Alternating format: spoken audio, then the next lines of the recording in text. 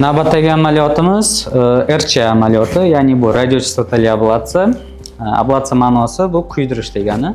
Bemorimiz yosh yigit bizga VPV sindromi bilan murojaat qilib kelganlar. Ya'ni VPV sindromning tagida nima yotadi? Qo'shimcha tug'ma yo'l yotadi. Ya'ni o'sha tug'ma yo'l bilan bola tug'ilgan, o'shani hisobdan yuragi to'satdan tez urib ketadi. Va quyida 230-200 dan baland yurak tez urishlari oxirgi marta ko'p takrorlanganligi sababli bizga murojaat qilib keldilar. Va biz bu narsadan qutulishning yagona yo'li RC, ya'ni kuydirish amaliyotligini tushuntirdik bemorga va hozir ushbu amaliyotni tugatish etapidamiz. Amaliyotimiz demak hech qayerda kesilmaydi, narkoz berilmaydi, bolamiz hushida.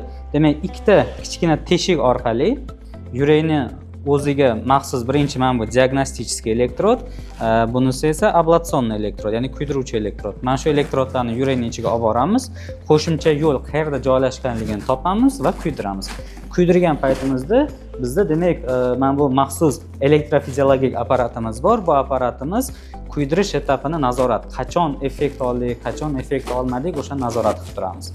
Demak, bu apparatda biz endogrammalar orqali qo'shimcha yo'l joylashgan joyni topdik va kuydirganimizdan bukvalni 6-7 sekundida srazu yo'l yopildi. Yo'l yopilganini darhol ko'rdik. Atrofni yaxshilab ishlab qo'yamiz, shtobi ertaga qaytalanmasligi uchun. Shu bilan amaliyotimizni muvaffaqiyatli o'z nihoyasiga yetkazamiz. Bolamizni mana shu ikkita teshik orqali kirganimiz uchun oyoqda demak bosib turamiz. O'rtacha 10-15 minut davomida ertalabgacha bolamiz pastelniy rejim, ya'ni yotoq rejimida bo'ladi, oyoq qimirlatmasdan yotadi.